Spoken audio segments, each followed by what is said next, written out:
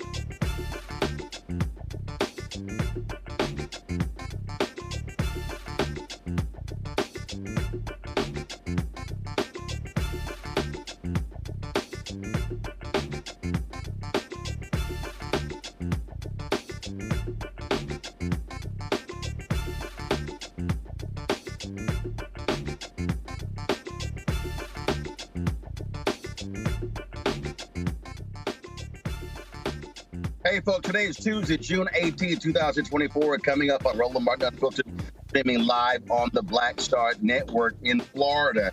The Florida Democratic Party, they've got 140 candidates running all House positions. We'll talk to the chair of the party, Nikki Freed, about how they are fighting back in the Sunshine State. Also on today's show, Vice President Kamala Harris joined rapper Quavo in Atlanta for a conversation about public policy. We'll show you where some of that took place. Also, MAGA folks, it's going to be white boy summer. Didn't we tell y'all that Charlie Kirk was racist? Oh, that turning point. Fool is showing his true colors. Also, the New York pastor, known as the Bling pastor, well, he ain't gonna be having much bling for the next 9 years because he's going to federal prison. It is time to bring the funk. I'm Roland Martin Unfiltered on the Black Star Network. Let's go. He's got whatever the best, he's on it. Whatever it is, he's got the scoop, the fact, the find. And when it breaks, he's right on time and it's rolling. Best believe he's knowing, putting it down from sports to news to politics. With entertainment just for kicks, he's rolling. It's on go, roll, y'all. It's rolling Martin, rolling with rolling now. He's funk, he's fresh, he's real, the best, you know he's rolling Martin.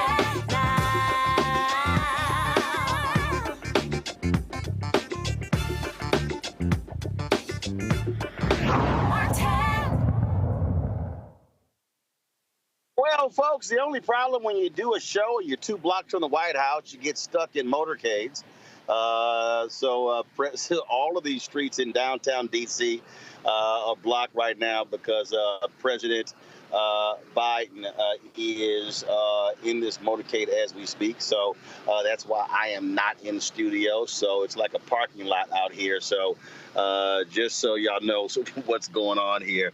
So I'll be in studio soon. But yeah, that's what happens when you're located 2 blocks from the White House. All right, let's get right to it. The DNC chair, Jamie Harrison, was in Florida today, standing with the state Democratic Party chair, Nikki Freed, as they talked about the fact that they've recruited candidates and running all 140 wide House races in Florida. This is a huge development because Florida has been a difficult place for Democrats in the past several election cycles. It's been grossly underfunded. It's been unorganized. And Nikki Freed, the last Democrat elected statewide, is trying to change that. She joins us right now. Welcome back to Roland Martin Unfiltered, Nikki. For people who don't understand, we've talked about Florida, Tennessee, and so many places. One of the reasons Democrats have been getting killed while Republicans have a supermajority is because a lot of these candidates have been running unopposed. Mm-hmm. Yeah, Roland, it's not that they're just running unopposed. It's a fact that the Democrats are then leaving. Like, what does that mean? What does that mean to the voter? It means that they don't have somebody to hold the Republicans accountable. It means that they don't have the messaging on the ground, that there are choices for not just Democrats, but for independents. And so this was a really, really big deal. It hasn't happened in over 30 years. So Democratic Party of Florida not only fielded every congressional race, every House race, every Senate race. And so that is just a monumentous shift from November 2022 when everybody counted us completely out. So this is a really big deal. First time that's happened in 30 plus years. Republicans have never had this happen. So that's why the chair was here, Jamie Harrison, to celebrate some of these movements here in Florida. So what happened? Obviously, you took over as chair, but what happened that where you began to travel? Were you recruiting candidates? So walk us through how you got to this point. I got to this point by realistically looking at the last few cycles. And I'm looking at the social media from 2022, where we left, I think, like 39 seats open. And then you look back at even from 2018 and 2016, all the way back to 2000, where in 2000, we had left open something like 21 seats between congressional, House, Senate. And if each of those seats had been filled and sent 19 more Democrats to the polls, Al Gore would have been president. We only lost here in Florida in 2000 by 537. So when I started seeing that there was a lot of pressure on the Democratic Party in each of these cycles to fill seats, I knew that part of our game plan to take back and to win our state means that we had to do things differently. We had to energize it differently. We had to make sure in a time when the Republicans have taken us into such an extreme direction, whether it is the 6-week abortion ban, it is the whitewashing of our history, of getting rid of AP African American studies, going after DEI, having the highest teacher shortage, all at the same time having the highest inflation in the nation. All of these things going on when our property insurance has gone through the roof, 400% increases since DeSantis took over. They just eliminated climate change from our Florida statutes. So we have to hold the Republicans accountable. And so I came in and I said, how do we do this differently? And I put out a challenge within the first 6 weeks of my administration that we're going to fill every seat. And so we took that plan, revamped our entire campaign program inside of the party, which has typically not even been doing candidate recruitment. It's been kind of like maybe throwing some extra dollars at a candidate, coordinating a little bit with their team, but not really a real true methodology. So we had an incredible person come on board, and I gave her this mission. And I said, but not only are we going to recruit in every part of our state, but you've also probably, not just here in Florida, but across the country, don't rely on the party. Don't rely on the party. They're not going to be there for advice, for resources, for anything. And I wanted to change that culture. And so we did things differently by making sure that we've got resume banks and resource guidance and trainings of compliance and messaging guidance. We've been having every single month an all candidates call. And so we put out billboards beginning part of this year in typical red areas about our desire to fill seats in every single seat. We leaned in on a lot of our grassroots teams, a lot of our coalition partners between the House caucus and the Senate caucus, our women's organizations, our environmental caucus, our education caucus, our teachers union. And we told them our challenge, that we are challenging you all to help us fill every seat. And that's what we did. We were on the phones with candidates, helping them with paperwork, recruiting candidates locally. And Friday at 12 o'clock, we accomplished what people thought would have been absolutely unimaginable after November of 22. So one of the things that I have said repeatedly is that, one, you can't win a House, you can't win the Senate, you can't win the governor's mansion until, well, obviously, you run candidates. Two, to break down the supermajority, you got to, first of all, win critical races. So let's say you may not take over the House or the Senate, but you then, let's say you reduce that supermajority. Now, all of a sudden, they have to negotiate with Democrats. The reality right now is in Florida, in Mississippi, in Alabama, in Tennessee, in Texas, so many places, they don't even need to talk to Democrats because they got a supermajority. Yeah. And you know, Roland, somebody said to me, I don't remember. It was one of our Tennessee three, Jones, was at this last weekend. We had him speaking at the Florida Democratic Party Black Caucus weekend conference.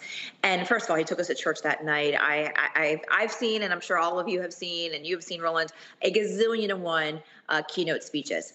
I have never seen a keynote speech like this. I had tears of laughter, tears of joy, tears of sadness, all emotions that Rep. Jones took us through that night. But one of the interesting parts that he said is that you know how democracy is working by looking at the South, where we've seen the gerrymandering, we've seen the voter suppression, we have seen the whitewashing, we've seen all of these laws on the books. And so when democracy is not working in the South, it means democracy is not working. And so it is really, really important that, yes, to get us out of that super minority so, yes, they can start to negotiate with us. It also prevents, for governor veto overrides if there was a bill that the Democrats were supporting one way or the other. It's making sure that there's rules that they're going to have to go back to the Democratic caucus in order to get rules passed. It is essential for us to get out of the super minority, but it's also essential that you can't win seats if you don't even play in the game. And so it was really important because it not only helps the top of the ticket by turning out more voters, but it forces the Democrats to go into communities where we haven't been playing and we haven't had a presence. So that means that every single issue is going to have a Democratic value perspective when you're talking at the doors, when you're going into these communities and showing up. Because if you don't show up during a campaign, then why should people come out and vote? And so it's important that we have a very diverse slate. And that we are competing in all parts of our state, even in an R+50 seat, because that's how gerrymandered our state is, that we've got seats like that. It is still important for those Democrats and those independents. And there is a lot of Republicans who aren't MAGA that want their party back. And as long as Democrats are showing up and talking about the kitchen table issues that really transcend partisan politics, is going to give us an opportunity to change the narrative on the ground, make the Republicans not only spend money, but have to defend their record here. What the DeSantis administration and these Republican legislators have done to our state is unconscionable. And now we're giving people in our state options and hope. Sure, somebody would say, wait a minute, an R+50, why in the hell would you even spend those resources? But wasn't there just a special election, I think was in Ohio, where the person, Republican, barely won, and that was in a very competitive seat Republicans controlled? Yeah. You know, and everything is possible. We even saw that in a Miami-Dade seat last December. We had a special election in Miami-Dade. DeSantis won the seat by like 34 points, give or take. The candidate in November 22 also won by like 32. It was a special election. Our candidate lost by 500 votes. And we only spent $1,500 on the race from the party perspective. But 500, that was a 30-point swing. And so realistically, all of these seats that are R+7, even sometimes 10, when we've got a state that has 1/3 as independent at this point, and those independents are breaking for Democrats in Florida 65, 70%. We saw that in that race that I'm just talking about. We saw it in the mayor's race, which actually, I don't know if you remember, Roland, I was in your studio the night of that mayor's race and didn't even know that we had won the seat because we were live in studio until I got out. Yep. But we won that by having not only Democratic turnout, but also getting the independents to break for us. And we won a special election this year in the central part of our state that the Republicans have been holding on. The last Democrat to win this House seat was past Senator Nelson when he was in the Florida House. And so this was a seat that no one expected us to win, and we flipped it by almost 10 points. And that's why these matter. And going back to the analogy I was telling you earlier, and from the 2000, in those races where there probably was an R+30 seat and no candidate there, there are still Democrats in that seat. And so if you just are able to turn out a couple extra more independents and Democrats in those seats, not only does it help the ballot initiatives, which we've got both cannabis legalization and abortion on our ballot, but it also helps our U.S. Senate race, take out Rick Scott. It helps the top of the ticket, and it forces Republicans to play in Florida and all parts of our state. That they can't now use their resources to go and take out some of our other seats. They've got to keep their resources at home. And look, we're not saying to these candidates, expect huge financial investment into your seats. These candidates know what they are the pitch hitters. They understand, what their role is in the greater metrics and in the puzzle that is being put together in Florida. Every seat matters.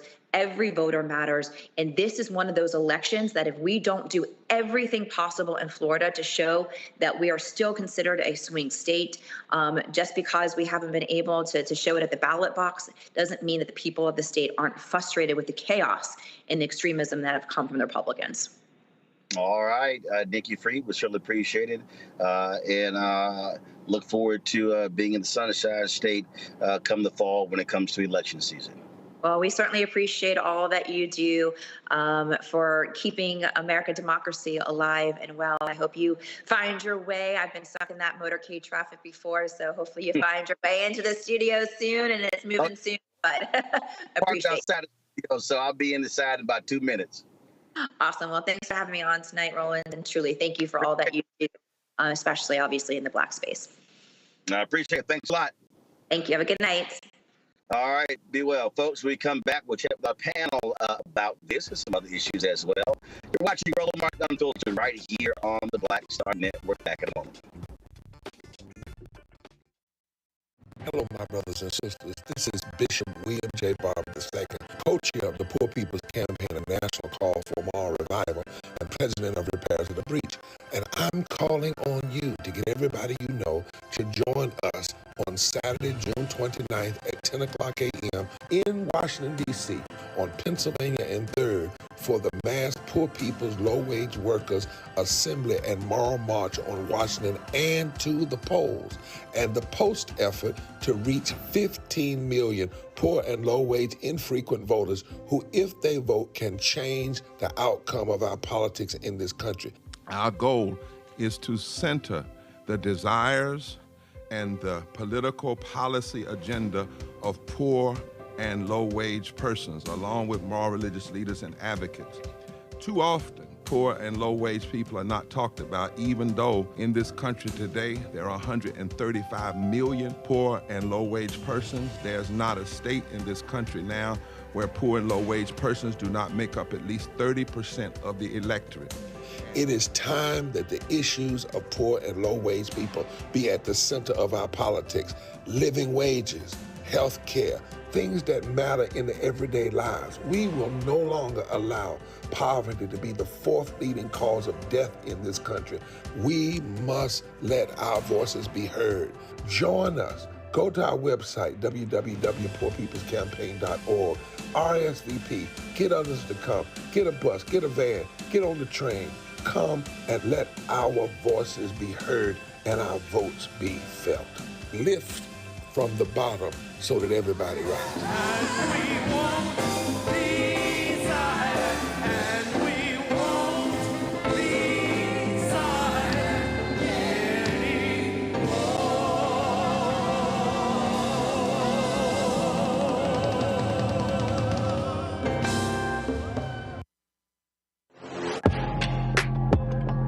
A lot of y'all have been asking me about the pocket squares that we have available on our website. You see me rocking the Shibori pocket square right here.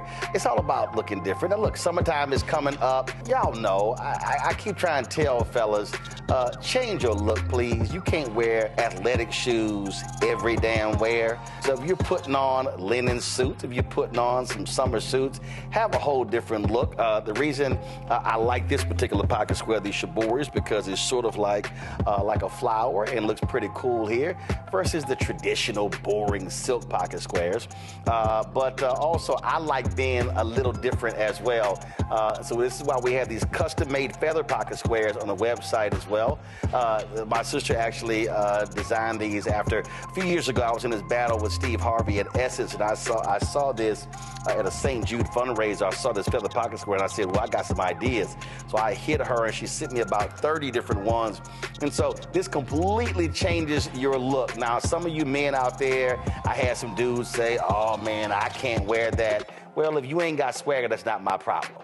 But if you're looking for something different to spruce up your look, fellas, ladies, if y'all looking to get your man a good gift, I've run into brothers all across the country with the feather pocket squares saying, see, check mine out. And so it's always good to see them.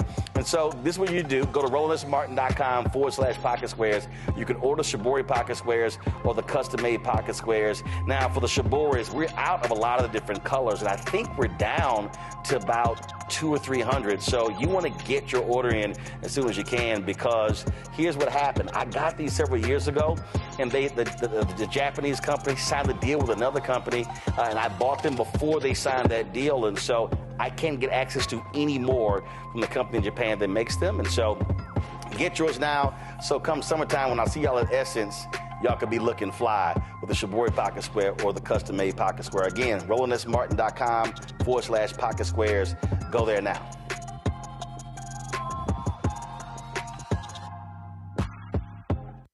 Now streaming on the Black Star Network. It was my junior year at Georgetown, and Spike calls me and he says, Malcolm, what are you doing next year? I said, graduating, you know? He said, take a year off, work on Malcolm X. I said, okay. But first of all, for the folks who don't know, Spike is my cousin. Spike is my cousin. Just for the person watching, like, How the hell is Spike just gonna tell you that it's true? It's true.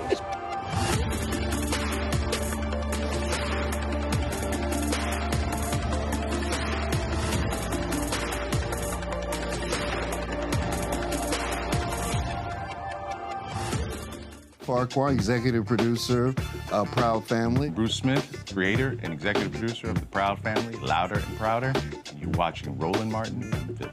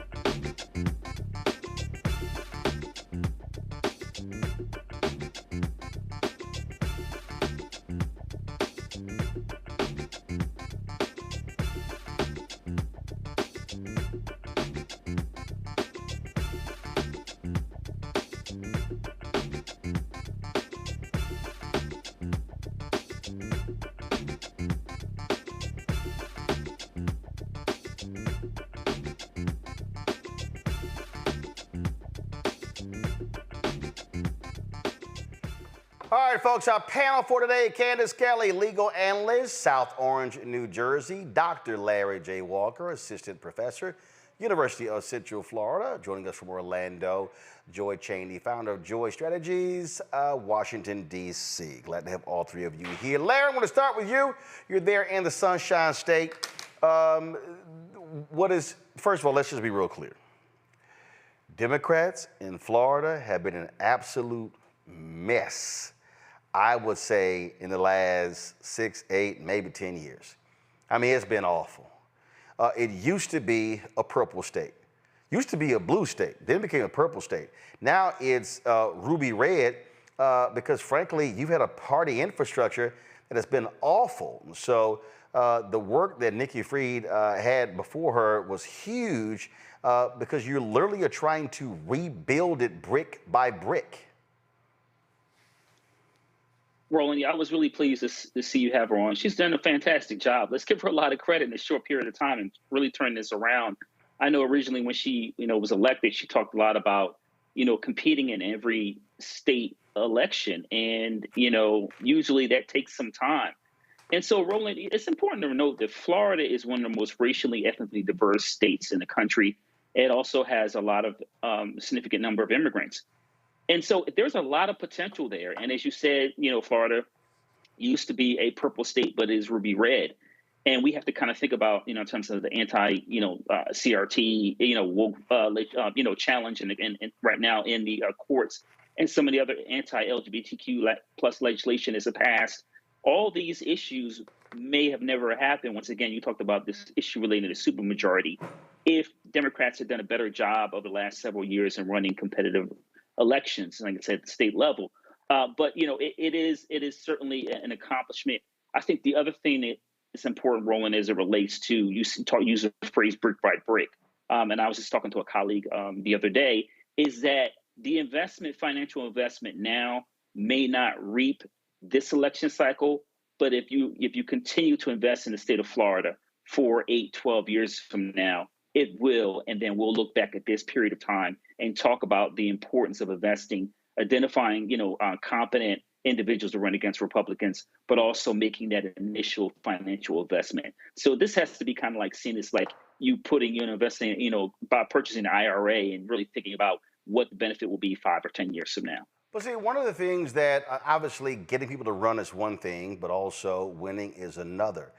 That's why, Joy, listening to what Nikki said, it's a multi-pronged strategy in terms of messaging.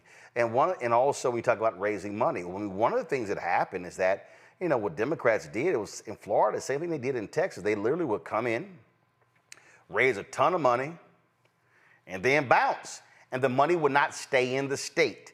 You gotta have that money come back to the state in order for it to be competitive. Correct. First of all, I mean, Nikki needs to be replicated across the country, at the DNC, everywhere. It is that kind of grassroots. I remember a couple of months ago, we were talking to someone from Virginia.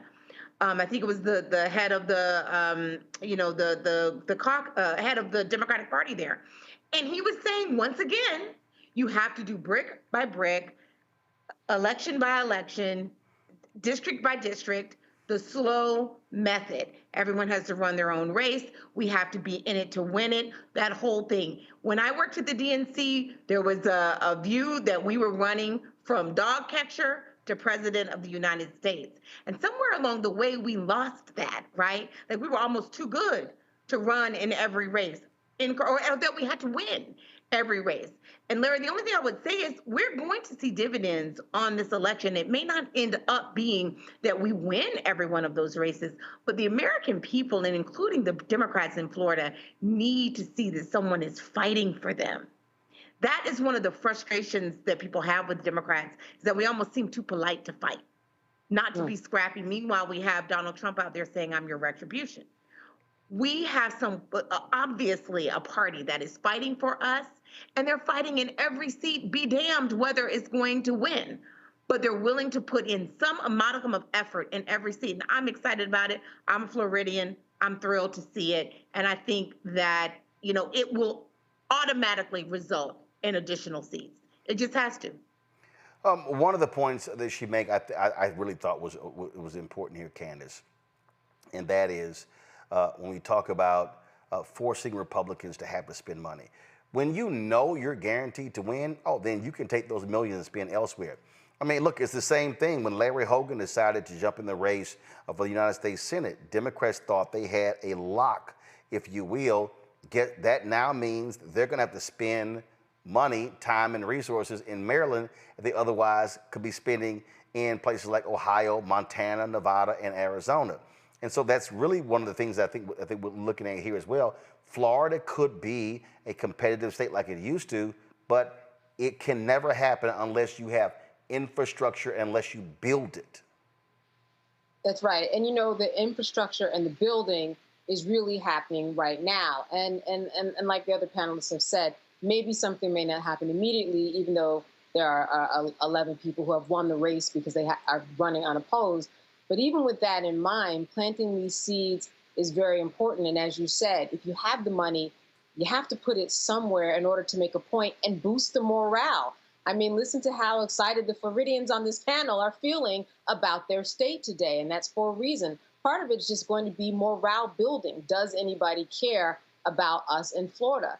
There's some interesting things on the ballot, of course, when it comes to rights of people using cannabis, when it comes to abortion rights. So I think that the people will go to the polls as long as they see somebody working for them. But the money's going to be thin because they have to put it all in this process. And what an amazing, accomplishment that Nikki has had in pulling all of this together. She should write a book, because this is, when you're talking about at this grassroots level, you are really talking to people one-on-one to explain to them how you're going to get behind them and telling them it may not be much. And they might have started from ground zero in some of the positions, and it may not be much, but at least there's some support. And I think that that's the takeaway from all of this, that those who are running, those 140 people who are running, they have support. May not be a lot of money, but next year, or with the next elections, there will be more money. And the election after that, there will be more money because the seed is planted. Oh, absolutely. All right, folks, hold tight 1 second. Got to go to break. We'll be right back. Roland Martin Unfiltered right here on the Black Star Network. The Bling pastor, he going to prison. We'll talk about that and more when we come back right here on Roland Martin Unfiltered on the Black Star Network. Support us in what we do. Be sure to join the Brina Funk Fan Club. Send your check and money order to P.O. Box 57196, Washington, D.C. 20037 7-0196. Cash App, $RM Unfiltered. PayPal, R Martin Unfiltered. Venmo's RM Unfiltered. Zelle, Roland at RolandSMartin.com. Roland at RolandMartinUnfiltered.com. We'll be right back. On the next Get Wealthy with me, Deborah Owens, America's Wealth Coach, Dexter Jenkins is a faith-based financial mentor with more than 20 years in the financial services industry. He's passionate about helping families build generational wealth.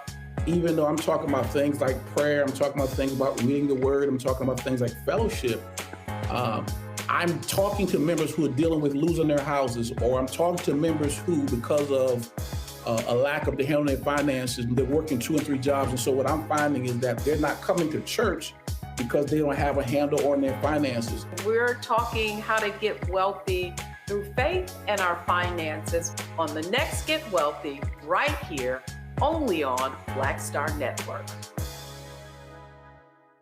Hello, I'm Jamia Pugh. I am from Coatesville, Pennsylvania, just an hour right outside of Philadelphia. My name is Jasmine Pugh. I'm also from Coatesville, Pennsylvania. You are watching Roland Martin Unfiltered. Stay right here.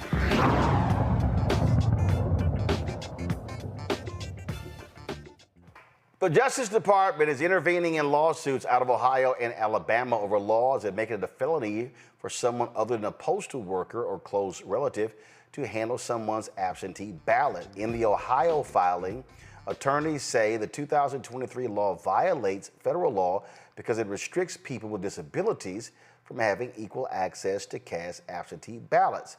The DOJ is charged with enforcing the Voting Rights Act, which requires states to avoid discriminating against voters with disabilities. The ACLU's lawsuit was filed on behalf of an Ohio resident who has muscular dystrophy, a disease that renders her unable to drive. She doesn't have an outgoing mailbox at her apartment, and her mother lives 30 minutes away and also has health issues.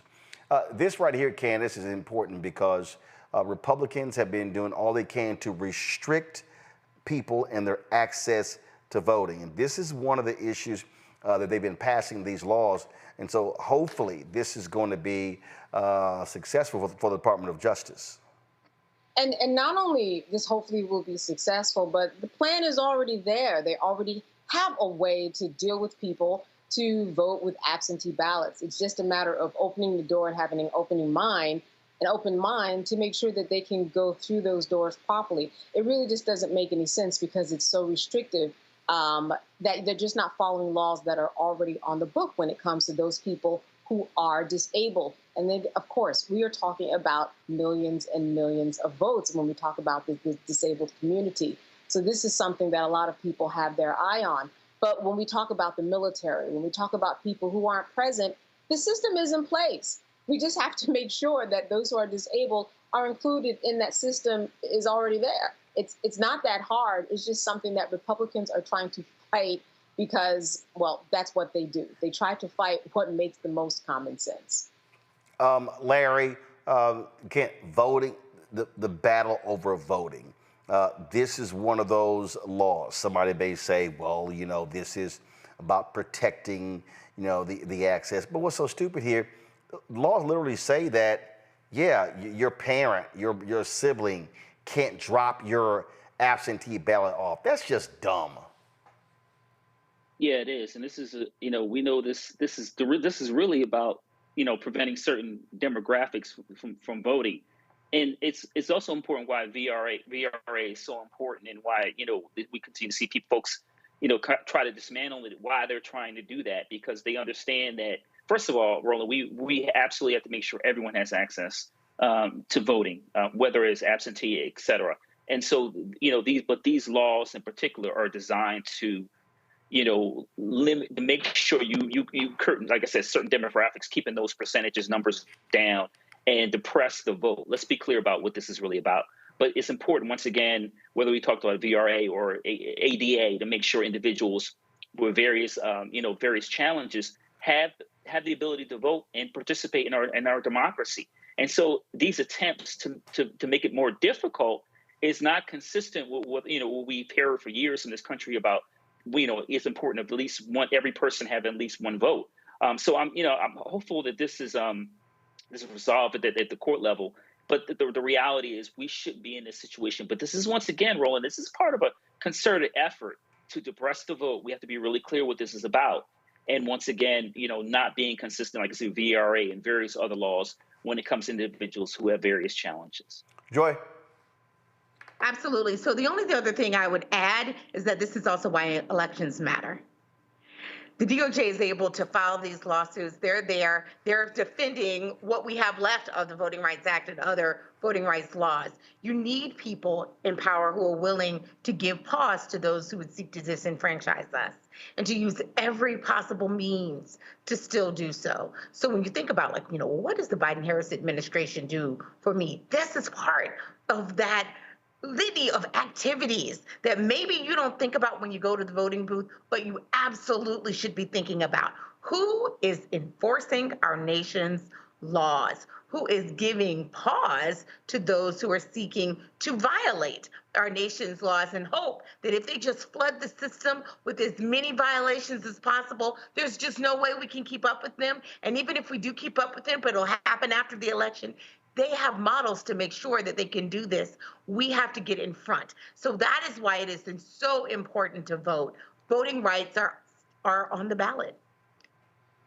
Yep, they are on the ballot. And again, understand, they want to stop folks from voting. We just need to understand exactly what's going on here. Folks, after Donald Trump embarrassed himself by lying in a black church on Saturday, he spoke at Turning Point USA's People Convention. Now, first of all, let's be real clear. They had the convention in the Detroit Convention Center, and they were attacking the very people by saying, oh, theft was going on here. This was the crime scene in 2020. At that event, of course, Trump ally Jack Posobiec, of course, who was a nutcase, and a staffer walked out on stage to unveil a white boy summer flag. Look at these idiots. From evil.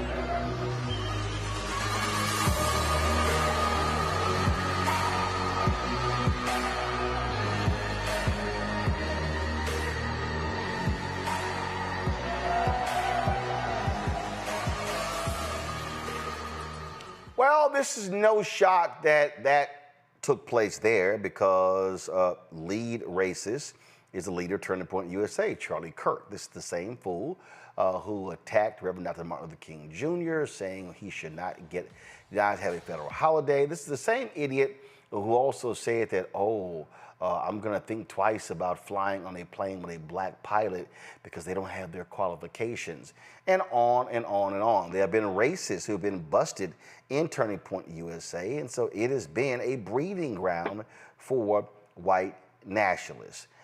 Here is the reality here, Joy, and that is Donald Trump opened this door. He made it very comfortable, going back to when he announced his election, for the racists to come out and say whatever they want and there be no repercussions. That's what you're seeing here. That's correct. He is the fire that are lighting the matches of something ugly that has always existed in America. This is no surprise. He didn't make it happen, but he has ignited it, and he's made it okay. He's normalized it, or rather, with the exception of this network, sometimes the media has normalized it. This is not normal to see these people at this pitch level doing this, recorded on TV, sending a signal that not only is this okay, but this is the kind of stuff that you ought to do, not just here, but in your hometown, in your schools, et cetera. But you know what? I'm glad they recorded it. I'm a Democrat. I can't believe our luck.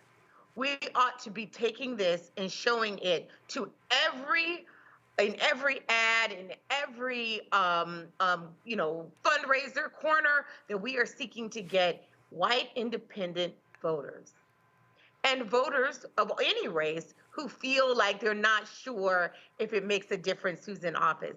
Guys, you are electing white supremacists.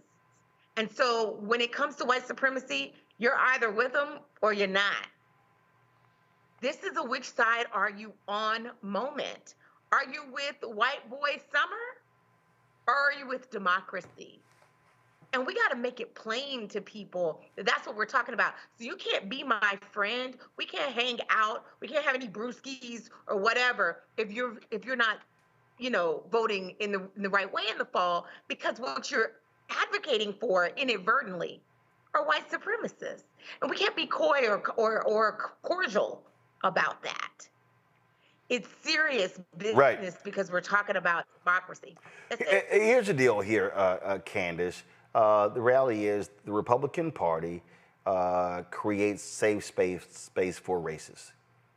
You've got racist members of Congress who are there right now, who openly attend white supremacist conventions.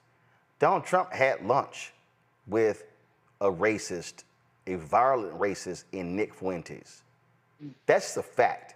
And so that's who this Republican Party is. They are the party that embraces the folks who carry the tiki torches in Charlottesville, Virginia. This is who they are. And you know what? Keep showing me who you are, because if I'm in a room, I want to know who the racist is. And that's what this type of a video does. It lets people know that we have not come that far when it comes to how white people feel about blacks in America. I mean, it's on display. We had a wake-up moment when Trump was elected.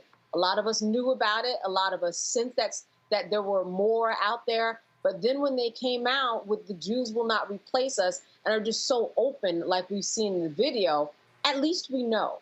At least this allows the base to understand and be kind of invigorated to go out and vote, because this is what we are dealing with. They took a hot girl summer, nice little phrase that was just, very innocent, and turned it into a white boy summer with all of these racist overtones and undertones to make it clear that they feel threatened. Because for them, this is their America, and that's what we're seeing on the stage. It would be as if you or I walked out and our car was stolen from our from our driveway. We wonder what's going on. That's how they feel. They feel like America is being stolen right from under them, and this is the result of that. But again, it is something that will inspire the base, because we have to understand and contextualize what democracy means, not just for us, but for them too, because that's who we're going to be voting against and with at the polls. Larry. Yeah, so black folks have been looking for a racist-free summer since 1619. Since we've had Jim Crow, Southern strategy, among other things, for the last several decades. So we're looking for some freedom during the summertime too. As my colleague noted, this is a play on the black aesthetic, which America loves to do. We saw that with how they, reconfigured and weaponized critical race theory, among other topics. What it means to be woke. So this is another example. Once again, these individuals, like I said, these are clear, blatant white supremacists taking phrases, wording that's was centered within blackness, and then weaponizing it against us. And so, listen, Roland, these folks can't be any clearer. And so, this is why people who are watching this, I need you to get family members, et cetera, to make sure they get to the polls in November, or we are going to reap what we sow in January next president of the United States, because this is serious business. We haven't seen this kind of blatant, white supremacy in the open in quite a long time. As my colleague highlighted, it has been normalized. I mean, we're just seeing this stuff run on TV, like and people writing about it in articles. It's like it's not a big deal. Like, this is kind of guys having fun. But the reality is this is serious. And if you read any Project 2025, we're in very serious trouble if Donald Trump gets in office and he's elected in November. All right, folks, hold tight 1 second. We're going to come back. Some breaking news out of Texas. You know that pastor who announced that I had a moral failing years ago and it involved a 12-year-old girl? He's quit. You're watching Roland Martin Unfiltered on the Black Star Network. Next on the Black Table, a man Cornel West calls the greatest Democratic theorist of his generation. Adolph Reed joins us to talk about his eventful life and his book, The South, Jim Crow and its Afterlives. Somewhere between an electoral sweep or an out-and-out coup or putsch, I think the danger is quite real. Join us for the Black Table, only on the Black Star Network.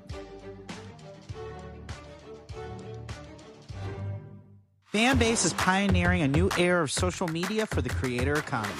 This next generation social media app with over 600,000 users is raising $17 million, and now is your chance to invest. For details on how to invest, visit startengine.com/fanbase or scan the QR code. Another way we're giving you the freedom to be you without limits. This is Reggie Rock Byford. You're watching Roland Martin Unfiltered, Uncut, Unplugged, and Undamn Believable. You hear me?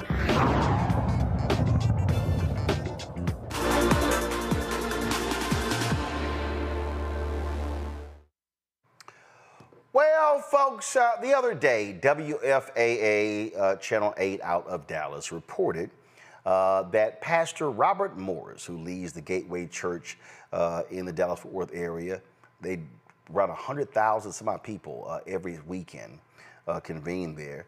They reported that he expressed a moral failing years ago that he said he told the church elders about, and that they dealt with him, and how he sat out, and it was all this other little stuff that they had announced.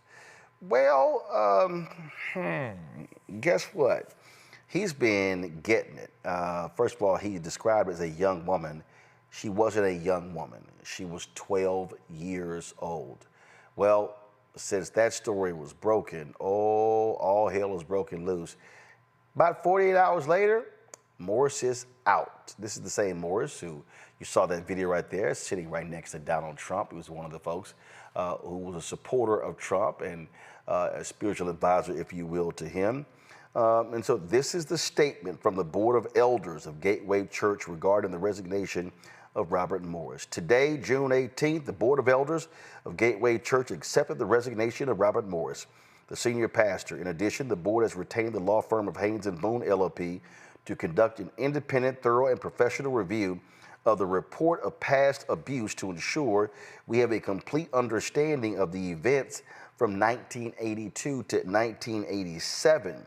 Regretfully, prior to Friday, June 14th, the elders did not have all of the facts of the inappropriate relationship between Morris and the victim, including her age at the time and the length of the abuse. The elder's prior understanding was that Morris's extramarital relationship, which he had discussed many times throughout his ministry, was with a, quote, young lady, unquote, and not abuse of a 12-year-old child. Even though it occurred many years before Gateway was established, as leaders of the church, we regret that we did not have the information that we now have. We are heartbroken and appalled by what has come to light over the past few days, and we express our deep sympathy to the victim and her family. For the sake of the victim, we're thankful this situation has been exposed. We know many have been affected by this. We understand that you are hurting, and we are very sorry. It is our prayer that in time, healing for all those affected can occur. So what you have here, Candace, is a church playing Cover Your Ass. He stood out there and talked about what they did and how they sat him down and how he was away for 2 years. It was actually like a month. And they excused it. He was 21 years old. He did not have sexual intercourse, he did not have sexual intercourse with this woman when she was 12. The woman now, she went public, told a story to WFAA, has just hired an attorney as well. But she talked about how this took place, him kissing and groping her over several years. And it was crazy to watch some of these people literally offer defenses of him. It was insane. In fact, this woman here is the founder of a church in Weatherford, Texas. And this is what Barbara Phillips Littlepage said.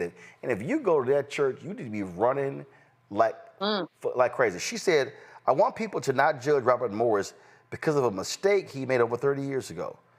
Some young girls at 12 years old are very beautiful and sexy. They don't understand how men are made, and young men don't understand their actions are used by the devil to ruin a future God has for them. Other godly men have been distracted by Satan. That's why older men need to mentor young men. Young men don't realize how Satan will try to destroy their futures with their families and ministries. Candace, Robert Morris was 21 years old. The woman today at that time was 12. She was a girl. She wasn't even a teenager. She was a 12-year-old girl. And notice how they tried to frame it as an extramarital relationship. Yeah. This was a girl. This was a girl. I mean, I can hardly get through the sentence or this segment. This is a girl who really had no idea even who she was. And here he is, and here the church is, and here you've read this statement from someone in the church that they're trying to make it seem like it was pretty much her fault. He actually called it, Candace, inappropriate and a moral failure. And by the way, some of the statements as they've been describing how it happened, they made it seem like it was one time. Well, one time is enough. And besides that, this was over years. This was over years. You know, you think about this pastor, you think about Tony Evans, you think about, the fact that Tony Evans said, listen, I haven't committed a crime. Here, a crime was committed. This man is a pedophile at 12 years. He groomed this young woman, 12 years old to 16 years old. She hadn't even attended a junior prom yet. And she's, sleeping with this pastor, or, no sexual contact. We got the groping and the kissing, but they didn't have intercourse. But that was a grooming process. Lord only knows why he stopped. Lord only knows, what really happened inside of that, where it all ended. And he is going to have a lot of people questioning him, and it won't just be from the church. It's going to be from the authorities, Roland. Well, and see what really happened, what really just, how this thing just took off, Larry, you started seeing churches tied to them. And this is a very prominent right-wing church. They are aligned with many social conservatives. And so you have a lot of churches that are underneath their umbrella where they act as overseer. In fact, this church in Fort Worth, again, right-wing church, Mercy Culture, they released their own statement. They say Morris never disclosed to them the age of the girl that he abused. And so you see their statement where they lay out these various thoughts. And so here's what was happening. The avalanche was coming. You were seeing church after church. You were about to see mass resignations. And so I don't know how in the hell he thought he could just get away with, it was an inappropriate moral failure. Dude, you were 21 years old and you were feeling up on and you were kissing. You were sexually assaulting a 12-year-old girl over a period of years. He's a predator, Roland.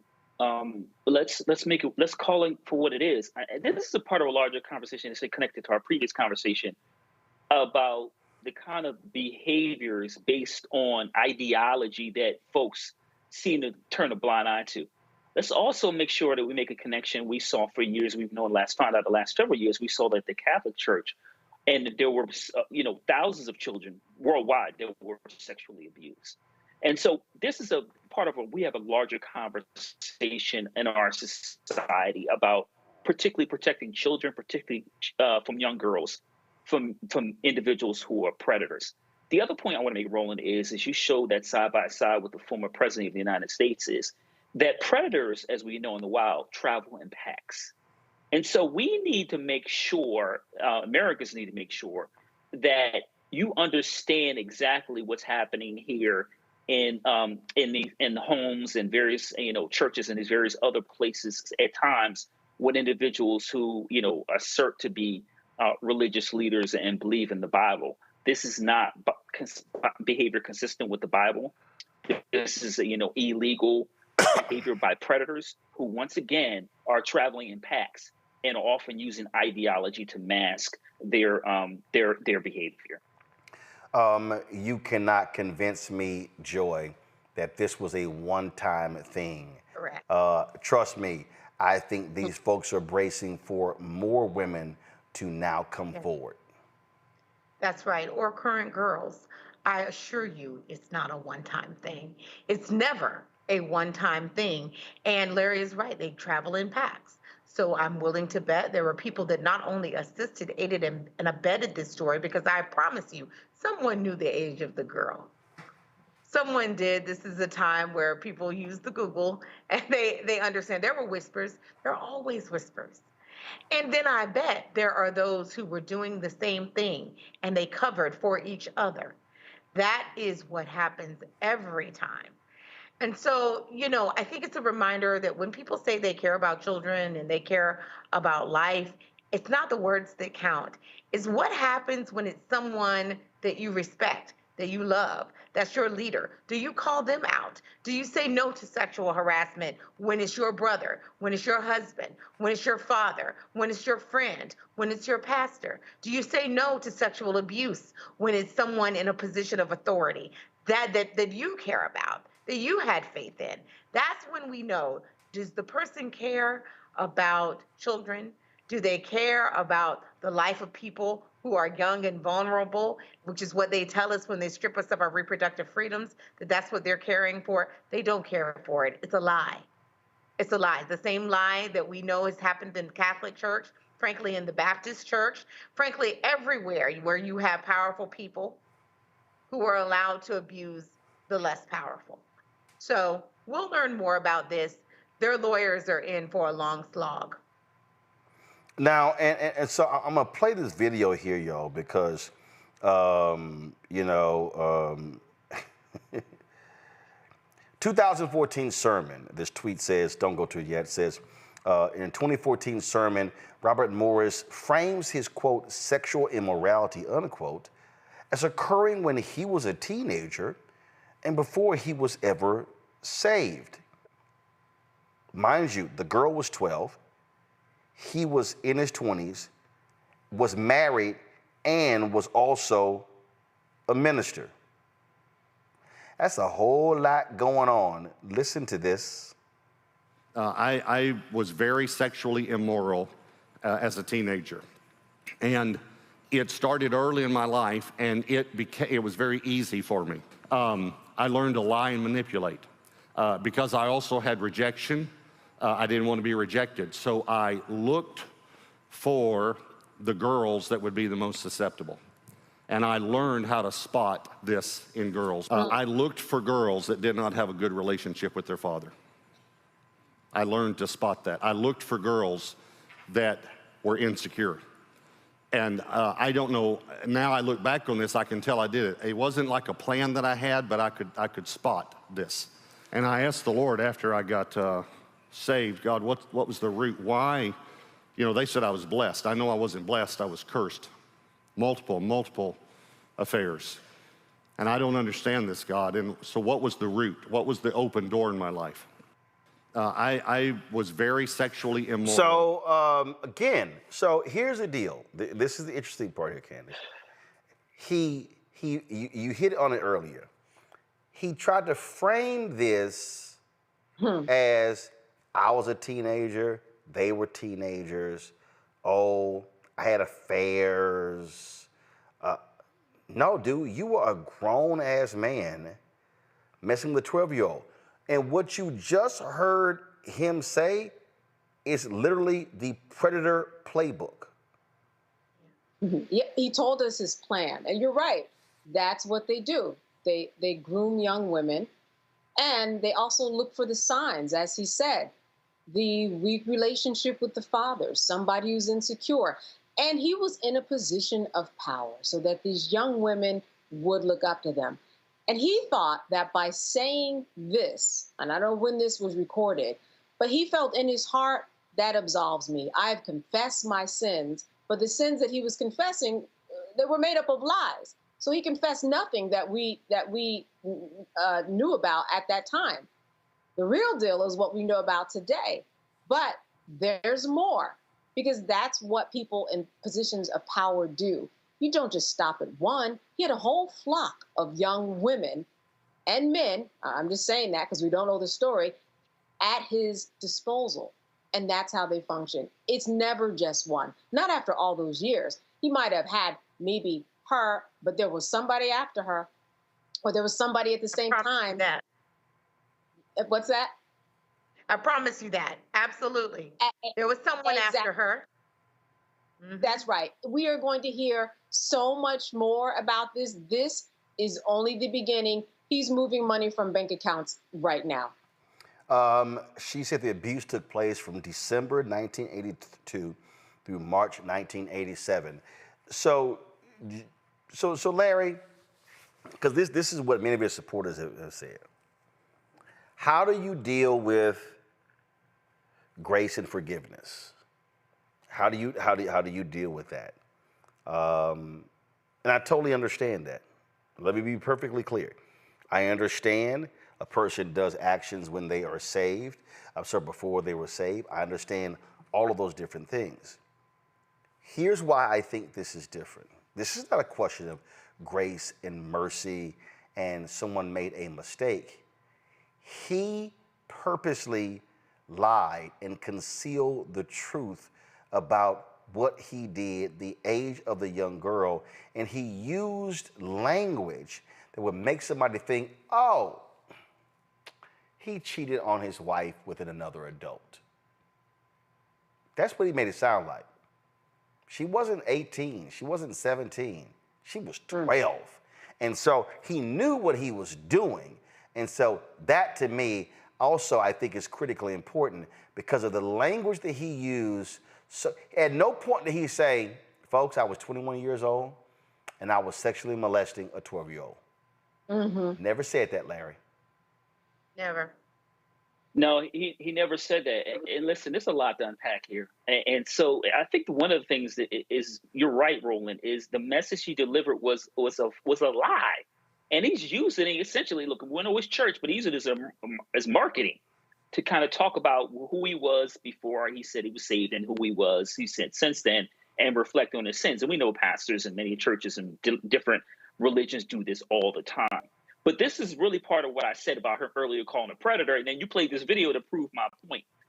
The other really important point about this issue is, and I hope this happens, is people who are victims of this kind of a sexual assault are often, not obviously young lady he victimized, but those who have family, he has family members, I would strongly suggest that those individuals have conversations with individuals who are children and adults now. Because often when this happens, it is someone who is close to you. And so once again, he's a predator. He hasn't just been preying on young lady, but there are possibly other individuals closer to his circle who had been victimized at some point. And so we need to hold him responsible. I don't know what the statute of limitation is, et cetera. But once again, predators move in packs. And as my colleagues noted, there were absolutely people who knew about this. They always know. You always hear these rumors, not necessarily these kind of rumors, but these kind of rumors they don't stay within a circle of just like 2 or 3 people. There are a number of people who see something that may be inappropriate happen, and they often turn a blind eye. And that's why, as a society, we have to have a larger conversation about how we protect children, particularly young girls, from predators like this man. Can I just add, forgiveness is important. Joy, go ahead. But you actually have to ask for forgiveness too. And when you're lying and trying to minimize what you did, you're not asking for forgiveness. And you also have to seek forgiveness from the person that you harmed. From the person that you harmed. So, the question is, did he say anything to the young woman in her family? Did he try to make amends with her? I guarantee the answer is no. No.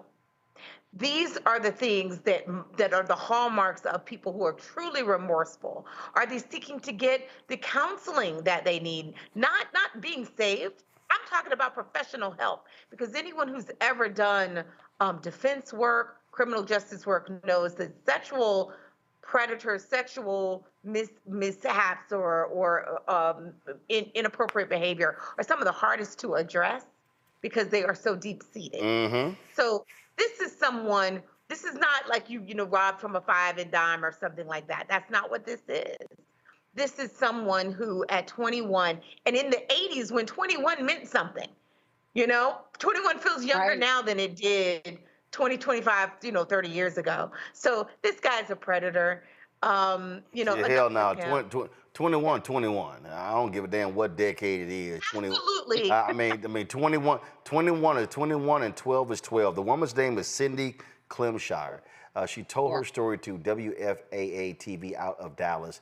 Here is some of that conversation. The pastor of one of DFW's largest churches is responding to allegations that he molested a 12-year-old in the 1980s. Robert Morris, who preaches at Gateway Church in Southlake, admits he engaged in inappropriate sexual behavior, but the pastor says he was transparent, sought forgiveness and counseling before returning to the pulpit. Tonight, Matt Houston spoke to the accuser for the very first time.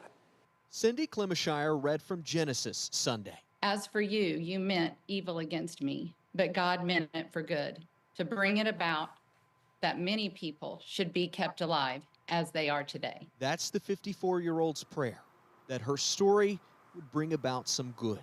She accuses Gateway Church pastor Robert Morris of molesting her from 1982 to 1987. The first time, she says, she was 12. Morris, a family friend, was in his early 20s, already married, already preaching. The story is gut-wrenching when I read it on paper, and I've been sharing for years. So it just happens to be God's time, I think, for it to come to light. In a statement, Morris admits to inappropriate sexual behavior with a young lady, though he did not reference her age. It was kissing and petting, he said, and not intercourse, but it was wrong. In 1987, Clemshire says she told a family friend who told her to tell her parents. He didn't come forward and confess. He was turned in. And when someone's turned in, what are they sorry for? Are they sorry because they got caught, or are they truly repentant of what they did? That's why she takes issue with Gateway Church elders who say Morris followed proper biblical steps and a lengthy restoration process. She says her family forgave Morris, but never gave him their blessing to preach again. Morris claims they did. I think that leaders can get caught up in feeling like it's our responsibility to protect God, and it's not. Their responsibility is to protect the people. Gateway Church elders say since the resolution of this 35-year-old matter, there have been no other moral failures. Pastor Robert has walked in purity and has placed accountability measures and people in his life. The matter's been properly disclosed to church leadership. That's Old Testament verse. Let me show you New Testament verse. Morris did not preach Saturday. He'd already announced plans to turn over church leadership to his son next spring, though he said he would continue preaching some. In Tarrant County, I'm Matt Houston.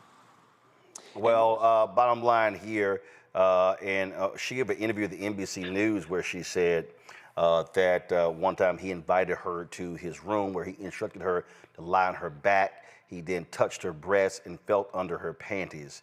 And this happened several times over a 4.5-year period. And so he lied. And so that was when they dropped the story on Sunday. And now you see that the church elder statement a couple of days later, a lot different. Candace, from a legal standpoint, she's hired an attorney. What do you see here? Because this took place, 30-some years ago. She might feel defamed in some way, I will say that, because he made it seem like it was an extramarital affair with a young woman, when really he was lying by omission, when we know that he was really a pedophile, that he's a predator. So I think that that's one thing when we're talking about defaming someone, and whatever he's saying about her behind closed doors, none of that has come into fruition. I'm not sure about the laws in terms of the statutes of limitation or really what she has signed. I don't know if she's received any money. It wasn't mentioned in there, but maybe there was an NDA. I think there's a lot of information that we just happen not to know about, but definitely some legal course of action. And I would say this, that if I were she, I would say, you know what? I don't want the father preaching, nor do I want it to be passed down to the son. It's still on the family. We need to take that whole thing away. We need to find somebody else outside of his family to run this church. Otherwise, it's just like him being at the helm if his son is going to take over that church. Great point, great point. All right, folks, I got to go to break. We'll be right back. Roland Martin Unfiltered right here on the Black Star Network. Lots to talk about, including Vice President Kamala Harris with Quavo today in Atlanta for a gun violence summit. You're watching the Black Star Network. Back in a moment. Hello, my brothers and sisters. This is Bishop William J. Barber II, co-chair of the Poor People's Campaign, a national call for a moral revival, and president of Repairs of the Breach. And I'm calling on you to get everybody you know to join us on Saturday, June 29th at 10 o'clock a.m. in Washington, D.C. on Pennsylvania and 3rd for the mass Poor People's Low-Wage Workers Assembly and Moral March on Washington and to the polls, and the post effort to reach 15 million poor and low-wage infrequent voters who, if they vote, can change the outcome of our politics in this country. Our goal is to center the desires and the political policy agenda of poor and low-wage persons, along with moral religious leaders and advocates. Too often, poor and low-wage people are not talked about, even though in this country today, there are 135 million poor and low-wage persons. There's not a state in this country now where poor and low-wage persons do not make up at least 30% of the electorate. It is time that the issues of poor and low-wage people be at the center of our politics. Living wages, health care, things that matter in the everyday lives. We will no longer allow poverty to be the fourth leading cause of death in this country. We must let our voices be heard. Join us. Go to our website, www.poorpeoplescampaign.org. RSVP. Get others to come. Get a bus. Get a van. Get on the train. Come and let our voices be heard and our votes be felt. Lift from the bottom so that everybody rises.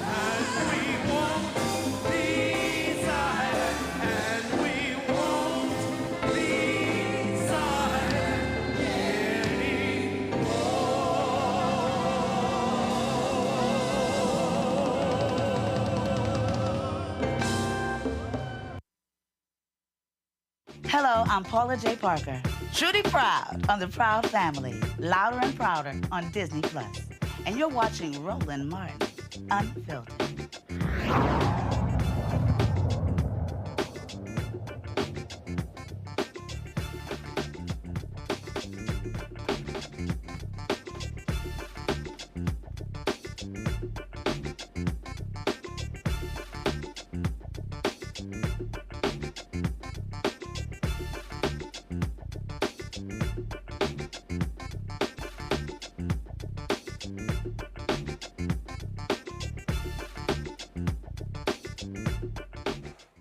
Vice President Kamala Harris joined Migos rapper Quavo today for the inaugural Rocket Foundation Summit at the Carter Center in Atlanta. Quavo started the foundation after his nephew Takeoff's tragic fatal shooting in 2022. The foundation is committed to ending gun violence in America. The one-day summit, which was held on the late rapper's birthday included parallel discussions about gun violence prevention and youth programs. Harris explained why addressing gun violence is so critically important in America. Madam Vice President, you travel the country connecting with communities and young leaders. Just this past fall, during the Fight for Our Freedoms College Tour, you engaged over 15,000 students on college campuses across the country on the most urgent issues of this moment, in particular, the fight for our most fundamental freedoms. One freedom you are focused on is the freedom to be safe from gun violence. And so it's no surprise that you oversee the first ever White House Office of Gun Violence Prevention. Now, what can we do from your perspective to end this senseless violence, and how is the administration leading on this issue? Thank you, Greg. Let me just start by talking about Quavo.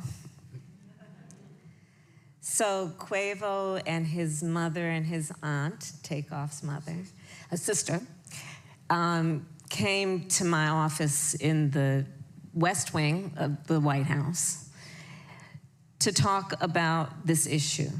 And it was a difficult conversation that day. Because the issue is such a difficult one, and I know there are a lot of families here and survivors, and the pain that is associated with gun violence in America is almost unspeakable. And it is everywhere. And what Quavo has been doing with the Rocket Foundation to translate that pain and that grief into something that is about creating strength and empowerment in the community, including among our young people, is really extraordinary.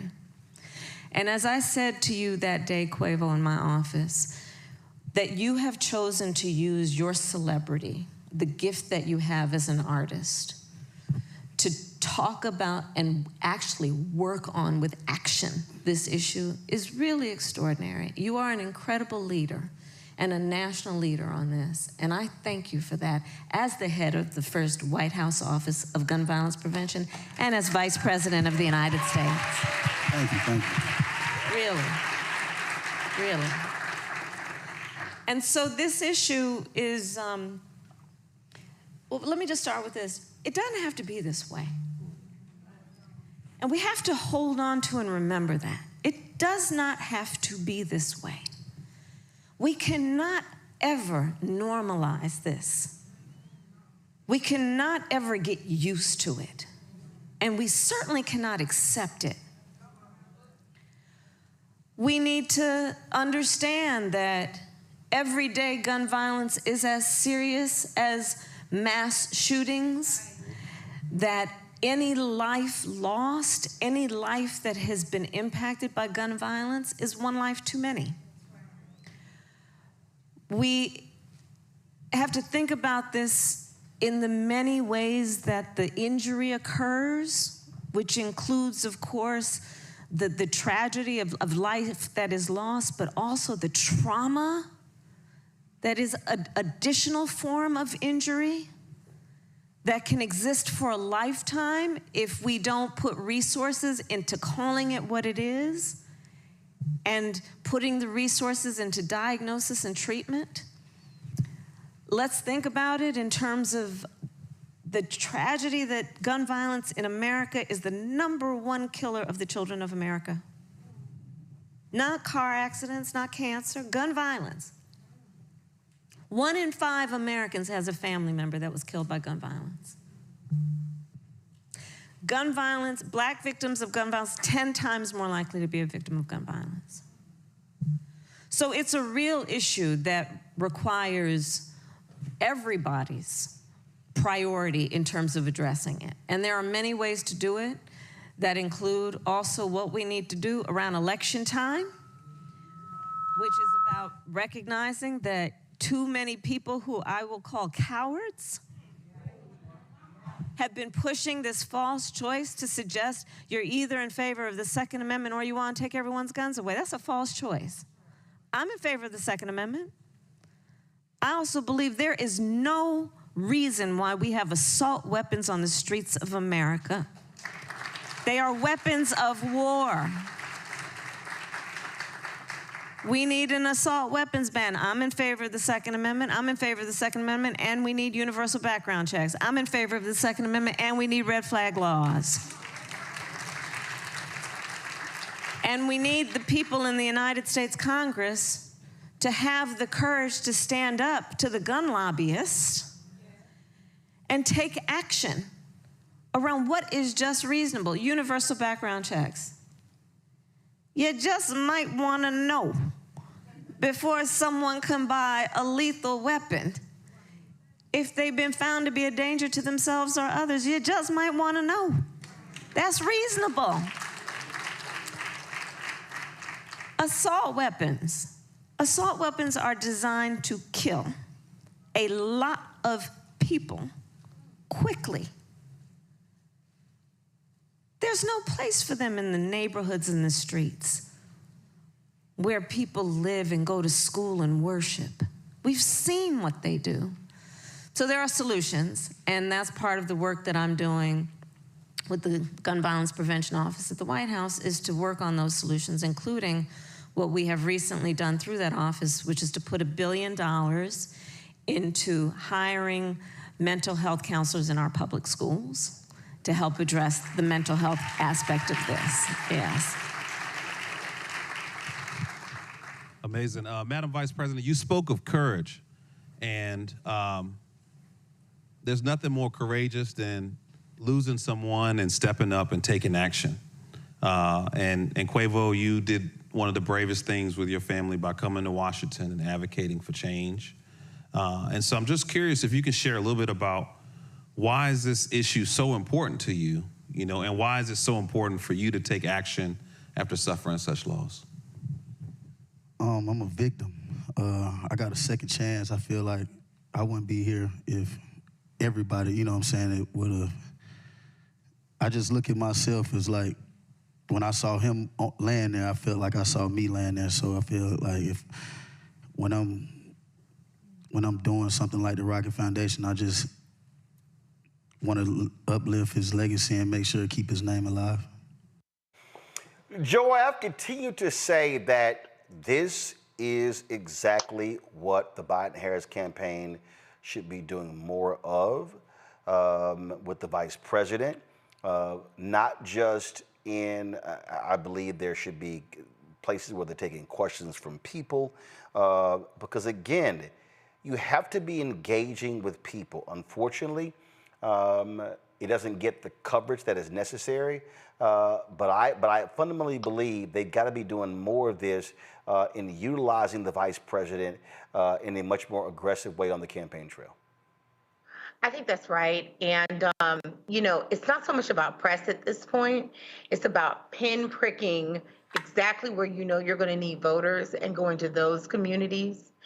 Just like we know the campaign just launched a major ad buy in swing states. So most of us who don't live in those swing states, are never going to see those ads. Well, the same thing is true for your town hall strategy. You might have to say, I'm going to those places where we know we need to bring voters, to us. We know people need to hear from us. I think gun violence is one conversation. I think we may need to talk in some communities about what's happening in Israel and Gaza. There are, places, just like we're doing with everything else. Sometimes people need to be able to touch and feel you. It needs to be long format where you can talk to them and they can interact with you and maybe ask you tough questions, allow you to demystify who you are. We know who Kamala Harris is. We know she is a champion and a fighter for Black men, Black women, but also all Americans. People need to hear that and they need to see her out there in the community, use Air Force 2, whatever, be out there. We need to touch and we need to feel you. We need to hear from you. Larry. The vice president is a tremendous asset. Many of my colleagues have worked on campaigns before. And listen, if I'm working, at the White House, I would have been deploying her months ago. And I know she's been actively engaged. I want to be clear, traveling internationally, representing, President Biden and going into communities. But I would have been doing this kind of thing months ago. Listen, she checks so many boxes off that it boggles my mind that she isn't consistently doing this, on a weekly basis. First of all, she has a very easy way of connecting with community. And not only in terms of her importance of being a Black woman, we have to acknowledge that Black women are the backbone of the Democratic Party, but also her ability to be able to talk to Black men. And as a Howard alum, as a member of Divine Nine, she checks so many boxes off. But once again, she's ideally like a dream VP for reaching out for demographics that too often are marginalized. And so the White House, in my opinion, has to, and I know she spoke to 100 Black men recently, they have to continue to do events like this over the next couple of months, because she really has a great job of empathizing with individuals. You see in this interview in terms of who've been touched by gun violence, but also issue in terms of Black women in terms of infant mortality rate or pregnancy-related mortality rates. So there's so many issues she could discuss that the White House, once again, has to deploy her as much as possible, getting to talk to Black and Latinx communities and getting individuals out the vote, but also highlighting the Biden-Harris administration, the infrastructure bill, the CHIPS Act, and capping insulin, so many other issues that impact so many Black and brown communities. Candace. This is a day where earlier when I was looking online, I saw dozens of headlines about whether Hillary Clinton should be the vice presidential candidate. And will that happen? I mean, we know it's not going to happen, but that's because people aren't doing the work that you're doing to make sure that Kamala gets a little shine. What she's doing, like the panelists said, is something that the president could not do. Remember, people turned their backs on him at Morehouse. They were worried about what he was said. He didn't have the best reception and level of applause. She does know how to speak to people. She has been really putting it down. Her international travel, her HBCU travel, her travel when it comes to young Black men, and this is what they need to reach out to. And she's doing quite a good job. It's just that we don't hear about it. So it's good to be talking about it and to really kind of highlight what she's doing. Not only is she talking kind of the language, but she's speaking in a way that we would talk with when you have somebody at your home on the couch. Her tone, her disposition was just very, matter of fact, and like you're speaking to a sister or an aunt or something. And I think that really works in these types of contexts that we're seeing, and we need to see a lot more in order for there to really be some type of momentum where people are listening. Great job, though, and very intentional of getting together with someone who is a rapper.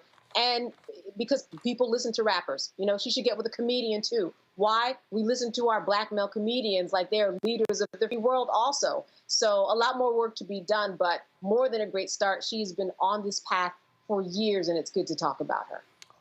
You mentioned this discussion in Hillary Clinton. So here's the whole deal, y'all.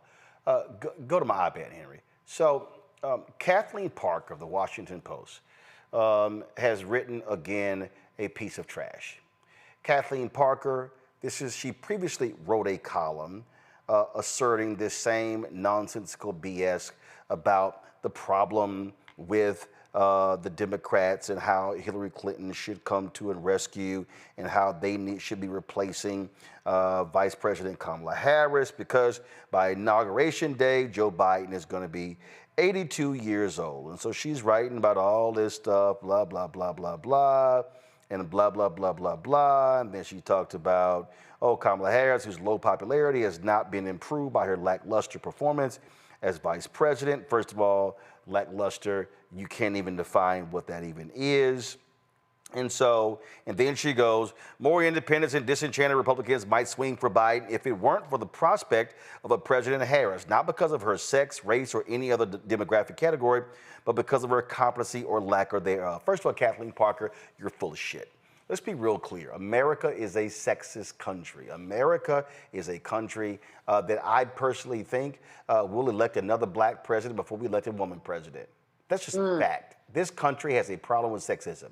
Other major countries, Canada, Israel, India, Mexico, Pakistan. I mean, we can go on and on, Philippines. Have had female leaders.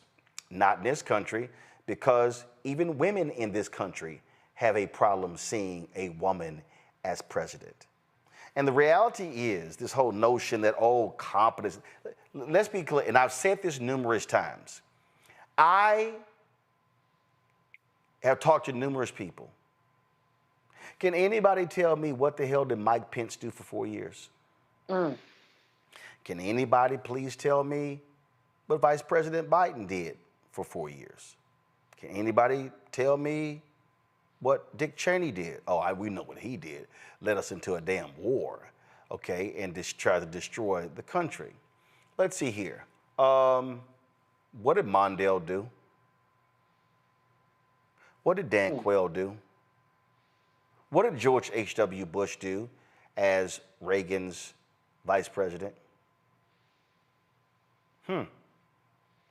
We keep going. What exactly did Mondale do for Carter?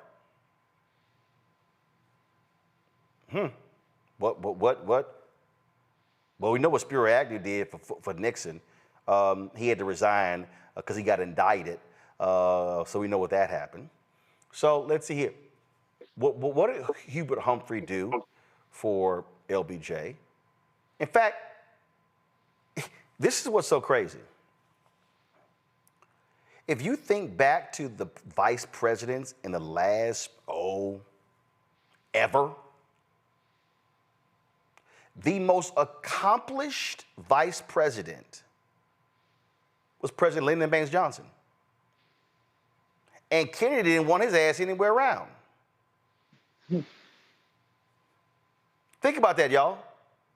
Why am I saying that? It's because these expectations of Vice President Kamala Harris is flat out dumb. We actually act like, oh my God, I mean, she's right there. Yes. Is she advising the president? Is he seeking out her advice and counsel? Yeah. But y'all, can we please stop tripping? Can we please stop this whole notion? Oh, we will feel differently if Kathleen Parker, Biden don't need to be targeting disaffected Republicans right now. He's going to be shoring up his base. And Kathleen Parker, let me tell you something right now. If you actually think black people are going to be cool with dropping Vice President Harris to bring in Hillary Clinton, you are on meth. And in fact, let me remind you, Kathleen Parker, she had a shot at beating Trump. They ran an inept campaign. Let's not forget all the things they said about Hillary Clinton. This is a dumb discussion. And what it shows is the hatred that Kathleen Parker has for Vice President Kamala Harris. Look at this here. The question now is, how risky would it be for Democrats to replace her? Some worry that a change would jeopardize black votes. It was never clear, however, that Harris was a draw for black American voters, even if some black women celebrated her rise. When she dropped out of the presidential race in 2019, she was polling below Pete Buttigieg in South Carolina. Moreover, does anyone really think any Democrats are going to suddenly turn to Trump because Biden changed his running mates to improve his chances of re-election? Herein lies one of the problems with identity politics. See, I love this here. See, y'all, block voting by skin color is among our most racist assumptions. Democrats, regardless of pigmentation or cultural heritage, want to win elections, presumably to advance a worldview consistent with their values. So here we go. Here's a white woman in Kathleen Parker who now wants to take a shot at identity politics. Identity politics, that's how Obama picked Biden. Oh, I'm sorry. Did you think I forgot? Remember when the young black guy was running for president? And a lot of people in media and in political circles, he needs to get him an experienced white man with foreign policy bona fides. Oh, I remember that. In fact, I remember folks saying, Obama needs to get a white man like Joe because Joe's from Scranton, Pennsylvania. And they can send Joe out and talk to the white folks who are sort of iffy about the black guy named Barack Hussein Obama. And so they can send Joe to Illinois and Indiana, and they can send him to Ohio and Pennsylvania, Scranton Joe. I'm sorry, am I the only one remember that? So I hope y'all notice that whenever they love to mention identity politics, they always seem to use it only when it's African American, but they never use it when it's white folks. So Kathleen Parker, we're gonna need you to shut the hell up. You've written another trash column like the one you ran months ago, and trust me, ain't nobody listening to you. Your opinion regarding Vice President Kamala Harris is about as important as your opinion was on that CNN show you did with Elliot Spitzer, which was a dumpster fire from the moment it was announced. So please, Kathleen Parker, shut the hell up. I'll be right back. We are the culture. We blaze trails. We define our future. We are the heart and soul of America. This Juneteenth, we celebrate freedom. Freedom to live, breathe, play, choose, marry, and vote. We are one America. And with Joe Biden and Kamala Harris, we're ready to face the future together. We can't stop now. I'm Joe Biden, and I approve this message. Now streaming on the Black Star Network. If we look at all of the best mans, the movies, and then of course, series on Peacock, why do you think it resonated so well? Well, I think it's a reflection of us. You know, I think it's a reflection of authentic black people, the way they see themselves. And in some instances, aspirationally so.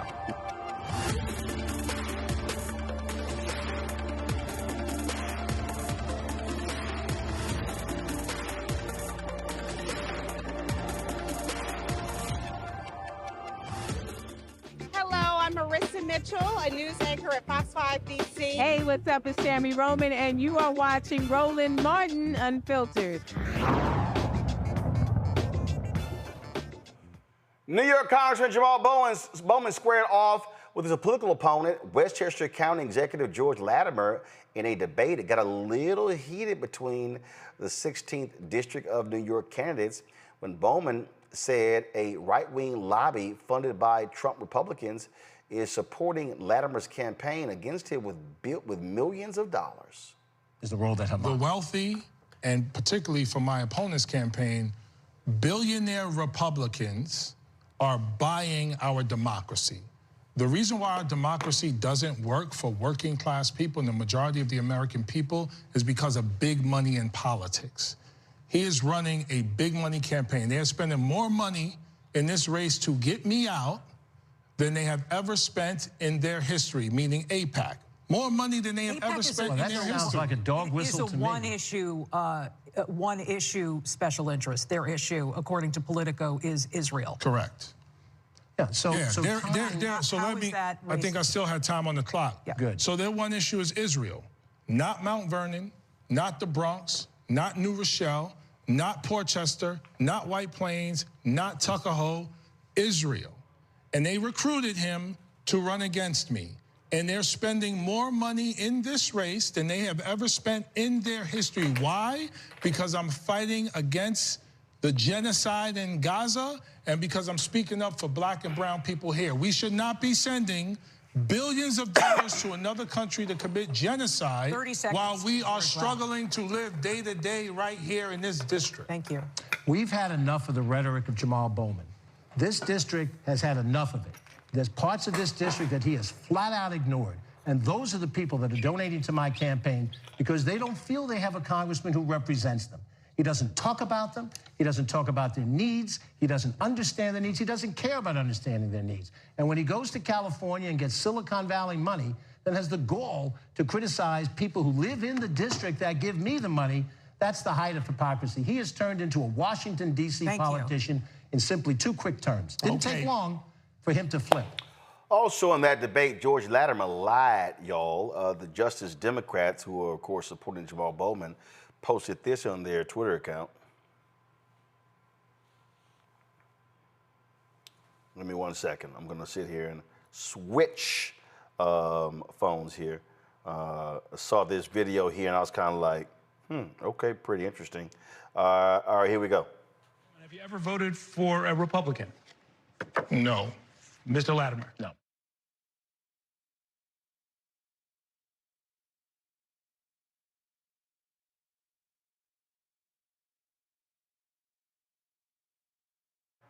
I know you're in Party A. My dad's in Party B. I said, not a problem, Jerry. I'm voting for your father, our friend, the great Herman Geist.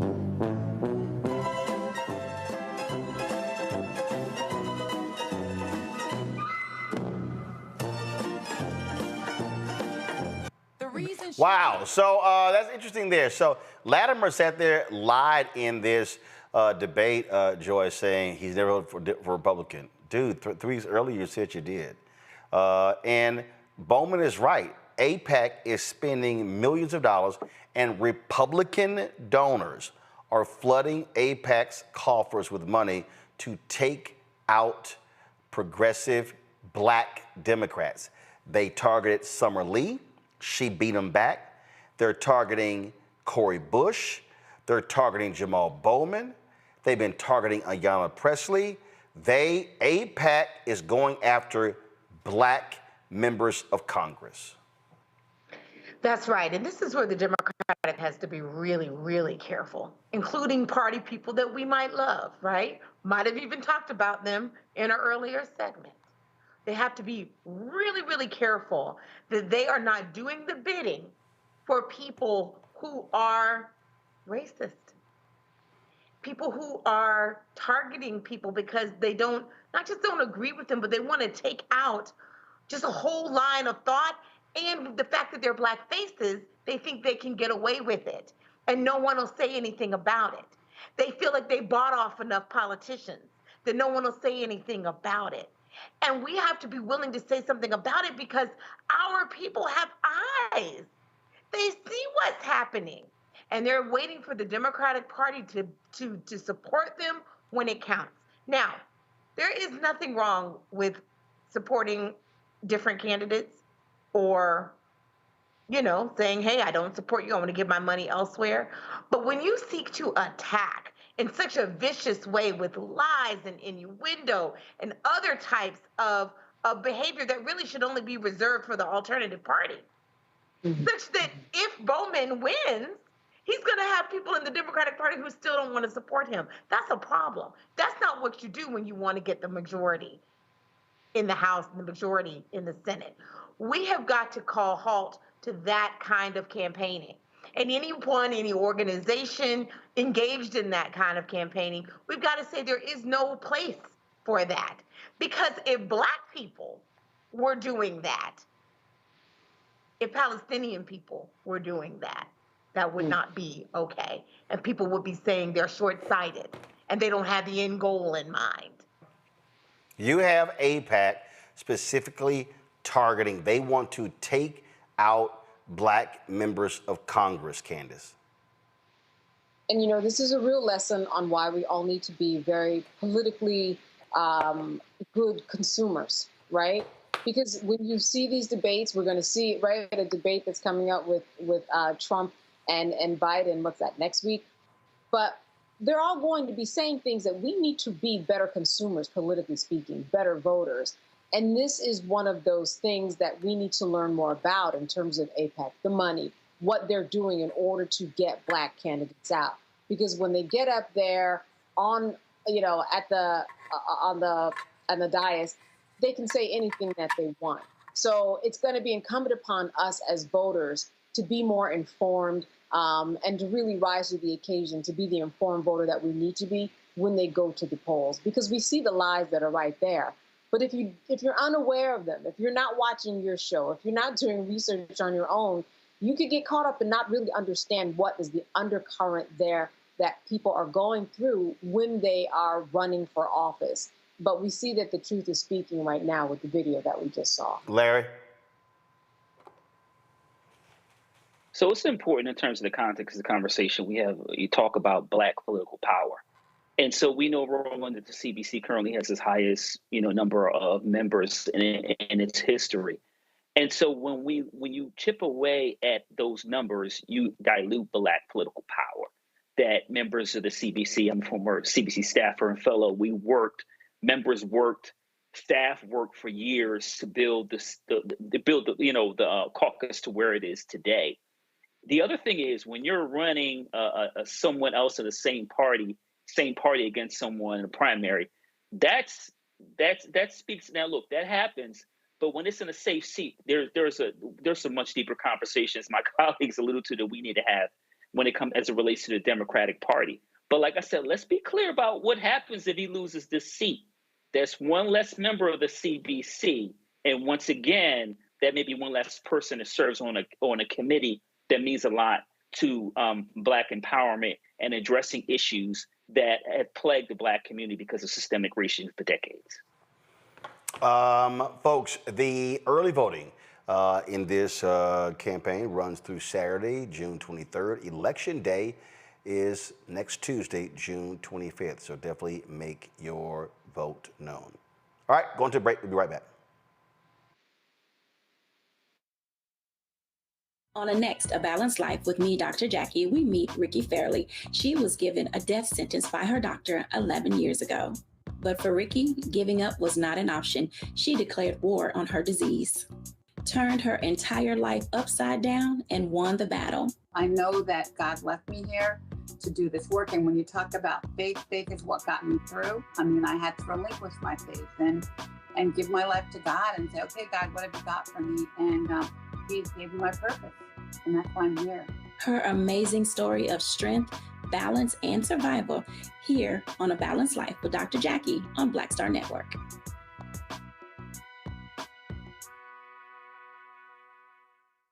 We are the culture.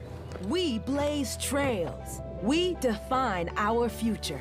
We are the heart and soul of America. This Juneteenth, we celebrate freedom.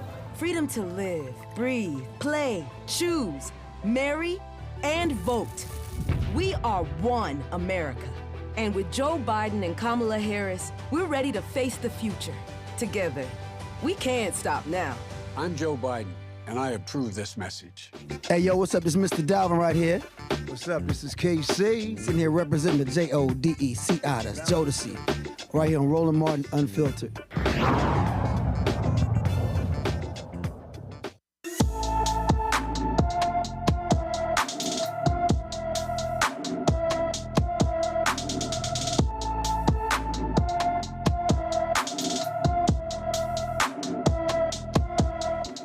All right, folk, Caleb Belcher has been missing from his Martinsville, Virginia home since May 31st. The 16-year-old is 5 feet 7 inches tall, weighs 165 pounds, with black hair and brown eyes. Anyone with information about Caleb Belcher should call the Martinsville, Virginia Police Department at 276-403-5300, 276-403-5300. A federal jury convicts a former Maryland police officer of violating the civil rights of a driver when he used excessive force during a traffic stop. In August 2019, Philip Dupree pulled over a speeding driver who had just crossed the Prince George's County line into the district. Dupree handcuffed the driver, and according to federal prosecutors, the driver cursed at Dupree. Dupree got a little pissed off, sprayed pepper spray into the driver's face from close range. In his report, Dupree wrote he used the spray because the driver bit him. But guess what? Prosecutors say the biting never took place. So he lied. Dupree was found guilty of one count of deprivation of rights under color of law for using excessive force. He faces up to 10 years in prison. And I say, good, Candace. I'm sick of these damn cops lying on these reports and abusing people. Good. There's nothing like a good precedent. I mean, look at what we saw in Tennessee with those cops, the 6 cops that went down for beating and torturing those 2 black men. And we see this, and we see other handfuls of examples happening. And I think that this is a real eye-opener for police officers to really think about what is it that we are doing and what is it that we think we're actually going to get away with. Because the more headlines we see, the more they need to have their eyes open to know that they may not just get off. The other thing is that we need to think about the training. Now, we talk about this all the time, but what is happening with the training? Even if somebody bites you, what is the proper response to the biting? Is it that somebody is sprayed in the face with pepper spray? Or is it that you just walk away if the person is cuffed? Is it that you put them in the back of the car and shut the door? It seems to be that there are so many other options than the extreme options that they have been taking in order to justify this, in the case he did not die, but in order to justify deaths. So like you said, this is good. Good precedent is always good. And people should be on notice that this type of precedent is happening more so than we saw 10 years ago, for sure, Roland. Joy? I agree with everything that's been said, but I feel a little depressed tonight because we've had training. There's been investment in training, and we have had many instances where the camera doesn't match the report, and yet it still happens.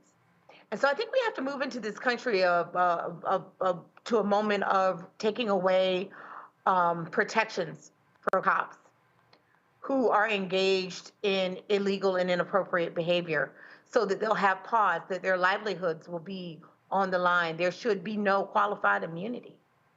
We've got to change the equation so that they will police themselves, so that other cops who observe it, who don't want to be sued as well, will also police their fellow officers.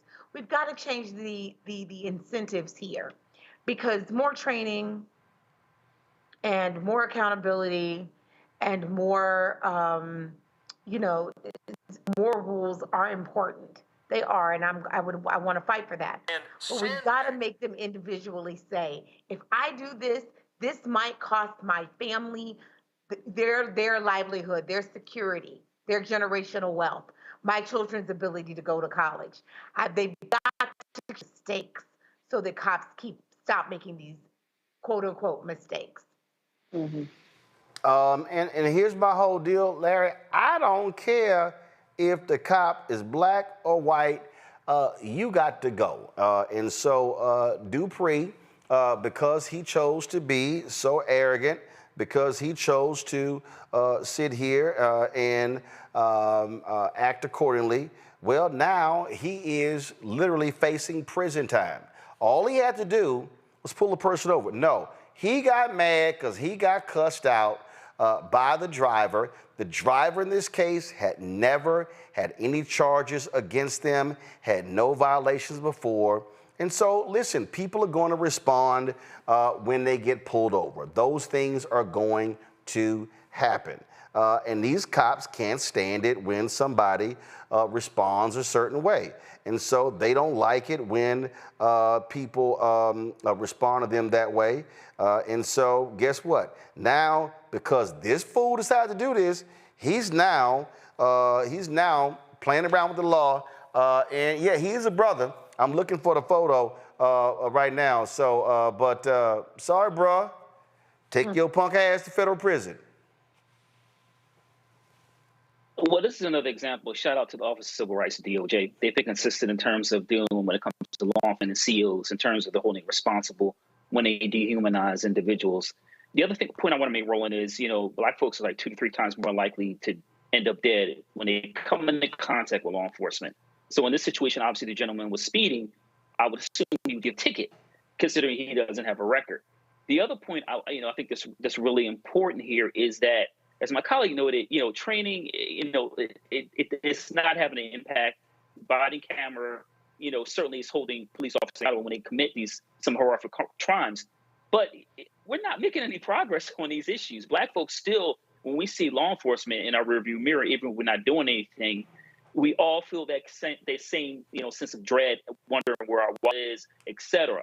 And so, once again, give the Office of Civil Rights credit for being consistent, because this didn't happen in the prior administration. And I think lastly, once again, the George Floyd Policing Act, it didn't become law because obviously a known certain person in the U.S. Senate, who'll go nameless, actually, Tim Scott, didn't as a black man, certainly didn't do what was necessary to make sure that legislation passed, because maybe we would have been able to address some of these issues in terms of police misconduct. But here we are once again asking for some kind of legislation to address these issues. This Philip right here. All right, Philip. Enjoy your time in federal prison. Speaking of federal prison, a flamboyant New York pastor who made headlines in 2022 when he was robbed during a live stream church service in Brooklyn, his dumb ass is going to prison for the next 9 years. Lamar Whitehead was found guilty of numerous fraud and attempted extortion charges along with lying to the FBI. Prosecutors described the 45-year-old church leader as a grifter, conning money from his followers. During the 2-week trial, prosecutors described how Whitehead extracted $90,000 from a single mom in her 50s who attended his church. He allegedly promised that the money would serve as both an investment and to provide her with a home. Instead, prosecutors say Whitehead spent the money on himself. Now, he was all about attention and all about his little flashy clothes and all that sort of stuff. And he would, doing interviews, talking about how he liked the finer things in life and how he could afford those things and all of that. Now, Candace, poor little Lamar, 9 years in prison. All that running his damn mouth. Guess what? That didn't get you a damn thing. Now, one thing, and we knew something was up. We saw that video when he got robbed of $1 million. A lot of that just didn't make sense and sit well with a lot of people. A lot of eyes were already on him, but more eyes were on him when that happened. That's first and foremost. Secondly, he was supposed to get sentenced in July, but because he ran his mouth on social media, making comments about the prosecutor, the judge says, we're going to move that right up because you shouldn't be talking like that. So we're going to sentence you now. And as we speak right now, he's in jail almost a month earlier because he ran his mouth. But this is a lesson for a lot of people. And we know that not all pastors are like this. By and large, they are not. But you do have to be careful, especially, this is a good lesson. If you have a seasoned saint, a senior citizen in your home, you know that when they go into maybe a facility, a healthcare facility, a long-term facility, they unload a lot of their cash. They cannot have it in their bank accounts. And I've had people who I know who their parents have been taken advantage of by pastors because there is trust. We uphold them, and they come and they see that those seniors need to unload the money, and those phone calls happen more often, pastors checking in. You have got to be careful with anyone, but you do, especially if you have someone who has money that they are trying to unload. And when I saw this, that's the lesson that and the reminder that came to me. Fraud, extortion, lying. This is a man who thought that he could get away with it. Why? I don't know. We see this happening all the time. In fact, this is the second or third pastor story we've talked about tonight about pastors who are getting caught out there because they have no moral lowest common denominator that we all understand. So I am not surprised. Again, during COVID, when I saw him get robbed, I said, TikTok, his time is almost up. See what had happened was so if you go back to my iPad, Henry. So what happened here? So he did a podcast with Pastor Jamal Bryant, telling his side, and he was talking about the FBI conspiracy, all that sort of stuff. All that running his mouth on these podcasts. Man, just go ahead and listen to this lying fool. It makes sense to me in order for me to say okay, right? Yeah. And y'all not making sense. I know it's hot. I know the heat is hot, but at the end of the day, too much is given, much is required. Yeah. And I tell them this: the God I serve used me as a vessel. That's right. And the vessel that He's using is for revelation. So if I back out of what I'm supposed to face head on, how can God use me to give me to give me revelation, right? And through this experience, I'm able to help so many people. But if I wasn't attacked the way I was, I wouldn't be able to help the people that I'm helping now, right? Yeah. So many people say, Bishop, how do you have a smile on your face? Jamal, I really trust Jesus. Wow. Right? I know I don't look like it because I look like a rapper. People say you're around a lot of rappers and think, oh, you a fraud. You can say whatever you want to say. Yeah. But I really trust Jesus. Like, I have a relationship with my God, right? Yeah. And when you have a relationship with God, and I know I'm preaching to the choir, but when you have a relationship with God, right, nobody else's opinion matters, right? So I know who God made me, and I'm going to continue to push. So, you expect me to come out in a black suit, I'm gonna come out in a Fendi suit. Right? So that's just what it is. And I'm never gonna let you control what God has ordained. And that's my motto. So I say this here, God revealed 9 years, Larry. Yeah, so last time I checked, Roland, there's no verse in the Bible talk about being a hustler. And so, he took the lots of money, power, respect. He took that literally. And so he's a crook. And now he's going to jail. And once again, Roland, sometimes you should keep your mouth closed when you're in these kind of situations. And once again, he won't be wearing any bling. He'd be wearing a jumpsuit. And the other thing is, we have to keep in mind those who were victimized. Another example of the individuals who were victimized by this someone who says they're a religious person, but certainly, like I say, he's not following the tenets of the Bible. And Joy, last I checked, I don't think they make Fendi prison jumpsuits. Hello. Sorry. This guy, I think I was on when we were talking about him before. And we knew then something was wrong. And I think at the time we said, but just you wait. We'll learn more later. And we're learning more later. But I'm going to go ahead and be controversial here because I just don't care. Why is Jamal Bryant giving him an airing? Oh, no. We appreciate, first of all, Jamal has a podcast. I appreciate that because that's what got him to go to prison early. Well, that's true. No. I mean, I ain't got no problem. First of all, listen, people reach out to me, want to come on the show. I've done interviews with people over the years. I've done interviews with people, they ass is guilty as hell. And I'm like, I don't know why you talking, but I go ahead and talk to you. So he talked for 1 hour and 10 minutes and just ran his mouth, and the feds was sitting there. Go ahead and play some of this. No, Rashid Anderson was her son. Okay. But Brandon Belmonte was a federal informant that played as if he's a victim because they wanted to take down the mayor, Eric Adams. So we're going to get into that. Yeah. And then the fourth charge was lying to an FBI agent. Okay, we're going to talk about that. And the fifth charge was wire fraud for an allegedly trying to take $250,000. So let's go to the first count. Pauline Anderson. Now, before I can get to the first count, I got to tell you guys the entire picture. So I love the fact that he talked to Jamal. Yeah. Yes, but my point is something broader. Just like we've been saying throughout this segment, it's not just the person who's doing the deeds. It's the people who are co-signing for them. It's the people who are giving them credibility, lending them credibility. Let me tell you what, I do not hang out with crooks. I do not hang out with people who don't share my same moral views. Doesn't mean we don't, we have to agree on everything, but I just don't hang out with everybody. No, but he didn't co-sign. What happened was, what happened was, let me tell you what, Joe, let me tell you what happened.